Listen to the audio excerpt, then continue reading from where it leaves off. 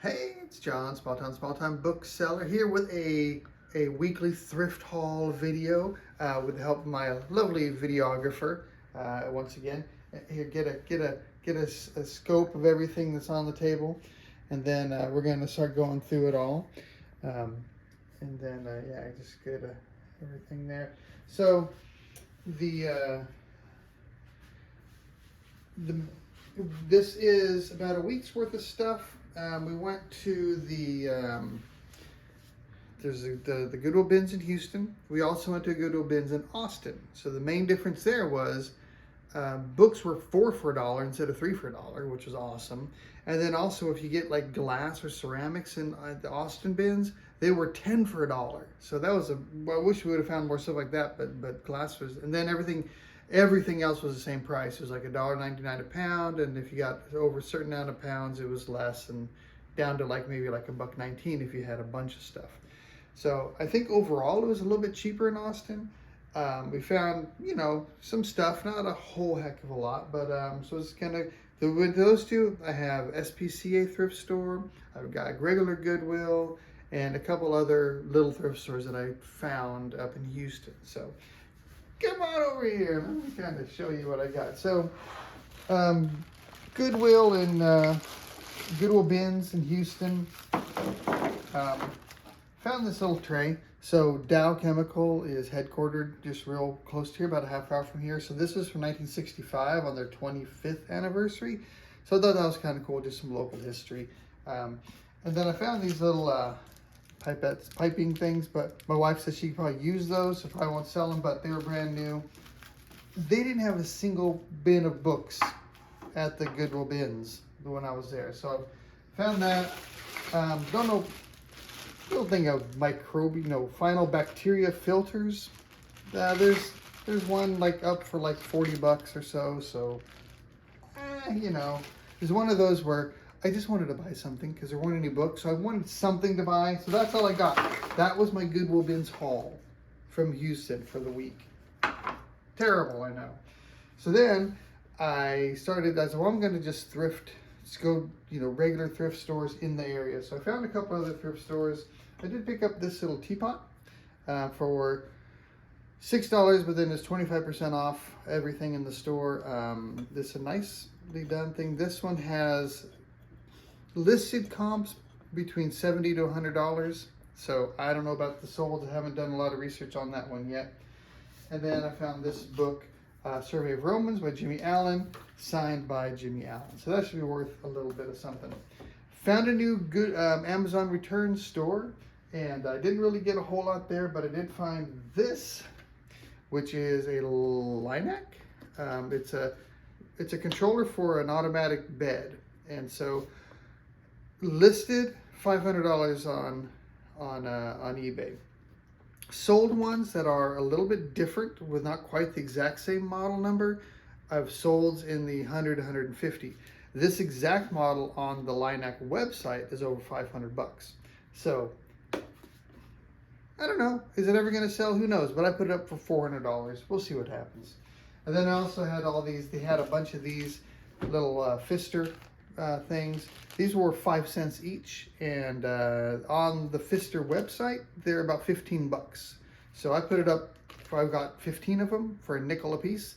Put them up for like $12 or something like that on eBay. So they may never sell also, but I was out 5 cents on those.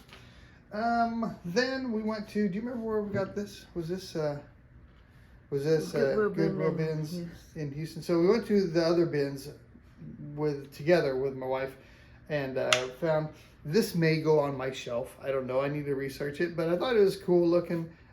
So no markings on it, anything. I just thought it was neat, and it wasn't broken or anything. So we'll see about that. And then see if anyone of you out there can give me any idea on what this would be. It's like a gourd, but it's got like this little handle that's been put on it. Any ideas what on earth this would be for? It doesn't turn or anything, and it's got no marking, so, but it does seem to be a gourd of some kind. So that was interesting enough, had to buy it. There's a lot of cups, this little pewter cup in this shape. there's a lot of them listed for different values. I didn't see any with this hallmark on it. So I was just kind of researching it and ended up in the cart, and I don't know if I should have bought that or not. Same thing with this one. This was in the Austin Goodwill bins, I believe. So this doll has the name of Byron on the back with a number. So I found a lot of Byron dolls, some of them also without the hair, that had sold, I don't remember what they sold for, but they were pretty good. But I never saw any of this exact model. So that's why I picked her up, just to see, you know, well, it didn't cost a whole lot. Goodwill bins in Austin, there's a bunch of religious books. So I'm gonna probably lot these up together. So John Barclay, religious books, and then a whole bunch of hold on, these Lehman Strauss. So I've got like 1, 2, 3, 4, 5, 6, 7 Lehman Strauss books that I'm probably gonna lot together, and then just some other ones. Outside looking in, an African perspective on American pluralistic society. It sounds pretty esoteric, right? That's what we're talking about, things like that. So I haven't looked this one up to see if it's worth anything or not. Queen of the Dark Chamber by Christiana Tsai. It was signed by the author, so that's why I picked that one up. And then other ones were just more religious kinds of things. This one I did find volumes 1 and 2 of the Fundamentals. There's a nice copy of this one, so that one looked pretty good. Anytime I see signed artwork, I'm usually going to pick it up because this is going to cost next to nothing. So I'll do some research on it to see if Ricky Charles, it's signed and numbered out of 500. Is that anybody? I don't know, but it's worth trying. This one too is signed. Has a little thing about the artist who even signed the receipt when somebody bought this off eBay. So I'll have that one there. And then we found a whole bunch of books on vintage books on geology.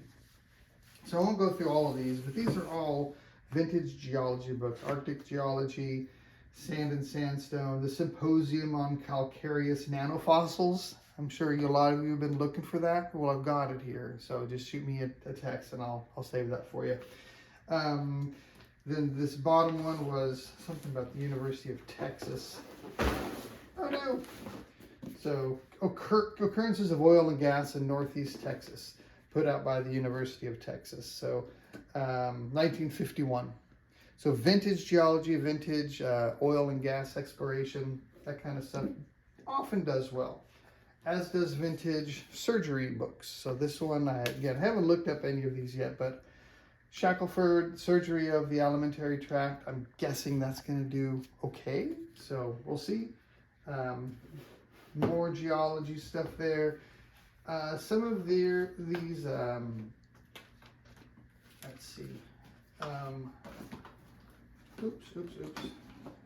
Like there we have the fracture control production. We're looking for those quarterlies. Tulane Studies in Geology from 1964. The quarterly of this Colorado School of Mines from 1955. And there's one that was an older one. Here's an older one. So this is Technique of Preparing Thin Sections of Rock from 1929, University of Utah. So I thought those are interesting. They may not be worth anything. The lower tertiary nanoplankton from the California Coast Ranges. Another one, I'm sure. I think they're making a movie about that one, actually. So yeah, well, that should be worth a lot. We'll see. Then I found this. So this says Nakayoshi. So I looked up Nakayoshi in English, you know, and found out that this was a 1996 Sailor Moon manga. One with the cover sold for $55. So other ones in good shape, you know, are listed for a little bit more. So that always brings up the question, do you buy a really ratty copy of a valuable book? I don't know. So I bought this one even though the front cover's gone. So obviously that's going to severely limit the value of it, but it still is intact. So I don't know if that's going to be desirable for anyone or not. But I don't know. Give me your thoughts. Would you buy damaged copies of really valuable books? If someone wants to buy this, they're probably looking for a good copy of it. But I don't know. So it was worth 33 cents to try to, you know, to do a little research on it and see if that's going to sell. Weird things like this, I also like to pick up. This is An American Deception. So this sounded kind of, you know, what am I trying to say? When conspiracy theory kind of a thing. So well, I didn't see anything listed on this one, but I thought that was kind of interesting. And then we had the Los Lonely Boys, a CD that's signed. I have to verify that these are the signatures of the band, but assuming it is, that should be pretty good to have a signed copy of that. So that's that. And then I also picked up, let me go through the rest of the books actually first. Vintage, some children's books, vintage children's books can do well. Hobby things like Making a Miniature Village, the Evergreen Review Reader. Business tax deductions was new enough since the 2025, so I figured, hey, maybe that'll be good. Picked up a couple magazines just because they were new and they came with like maps and things. These are flying magazines. I don't know if they're going to be worth anything, but again, 33 cents each for those. A couple more books that were signed. La Cuisine Cajun by Jude Thoreau, signed by him. There's a signed copy of this, a sold signed copy for like 15 bucks, so not a whole lot there. This one, Game of My Life, Texas Longhorns.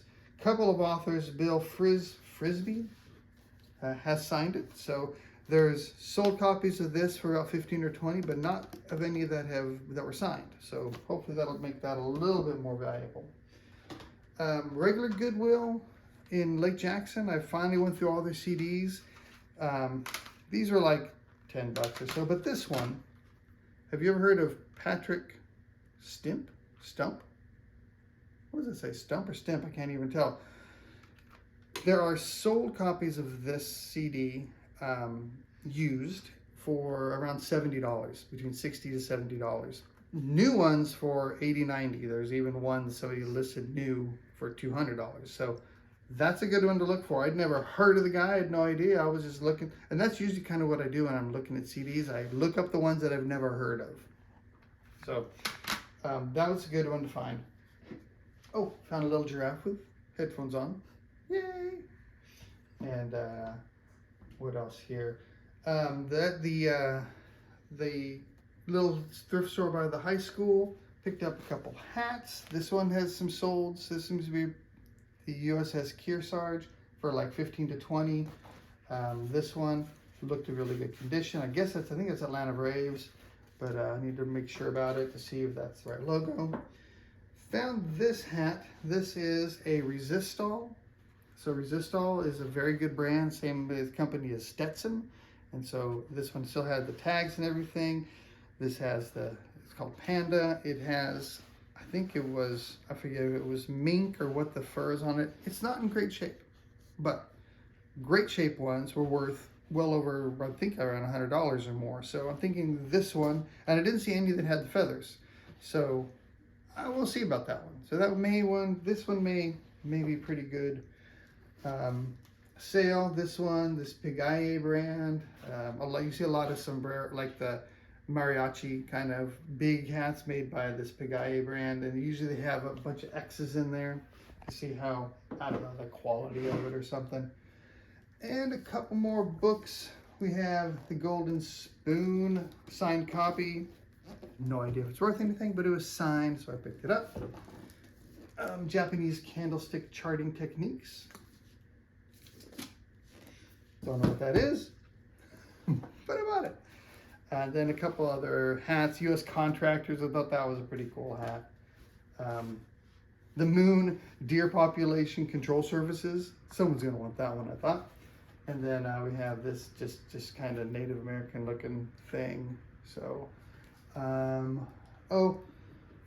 also, this was wound and burn dressing. Like these sell for like 10 or 12 bucks a piece. And they're brand new, and this blue sticker is 50 cents. So I got 50 cents each, and I got 2, 4, 6, 8, 9 of them. So maybe we'll keep one of them and sell the other 8. And then the last thing I got, back down here, I got another beaten stick. Last week, I got that Billy Club Well, this time I got a cricket bat. I'd never held a cricket bat before, and I had no idea they were rounded like this. I thought they were flat on both sides just from seeing it on TV. This particular cricket bat, if you look it up, new, these are like $400 or $500 bats. So obviously this is well used. I don't know if it has any value at all. I don't know if people decorate their man caves who are really into cricket like they do other sports, but that might look good on a wall.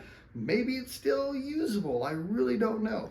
But I just thought I've got to buy the cricket bat and at least start hitting something with it. You know, can I go with chandeliers maybe? But yeah. So I think that's all. You see anything I missed, Dan? A little mailbox. Oh, I didn't talk about the mailbox? So, Melissa and Doug is a good brand for kids stuff.